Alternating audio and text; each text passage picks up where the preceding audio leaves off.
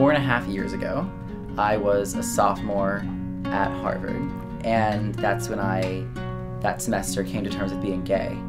which for a lot of other students who were my peers, it wouldn't have been an issue. For me, I came from a conservative evangelical church in Wichita, Kansas, where being gay was not an option if you wanted to be respected or accepted in the community. This spring, I have a book coming out, God and the Gay Christian. It's the book that I wished had existed when I came out to my dad 4.5 years ago. It is dealing with all of the core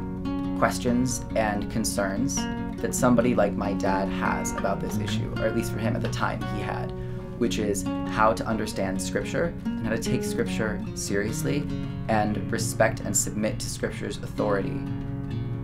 while also perhaps taking a different stance on same-sex relationships. My message, not just to gay Christians, but also to straight Christians who support them and support LGBT people, is just that it is possible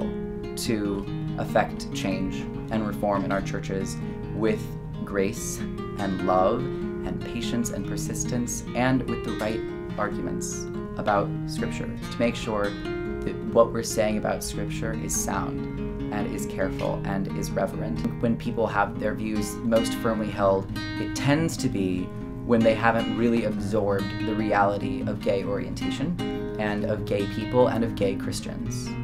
So I think that people really taking seriously what it means to be gay and the experiences and witnesses of gay Christians is then what allows them to go back to Scripture and not to discard parts of it, but to be able to look and compare and say, okay, yes, Paul's speaking quite negatively towards same-sex behavior here in Romans 1, but is he talking about the type of relationships that gay people or gay Christians can have? Is he talking about sexual orientation, people with an exclusive, emotional, romantic, sexual orientation toward people of the same sex who can express that in loving, long-term, committed ways? Does that seem to be in view here? Or does Paul seem to be thinking about and writing about same-sex relations in a lustful, excessive, fleeting context? So I think once people really take stock of what situation we're faced with today, that gives them then the lens through which to go back and just compare and say, so is this passage speaking to what we're faced with or not?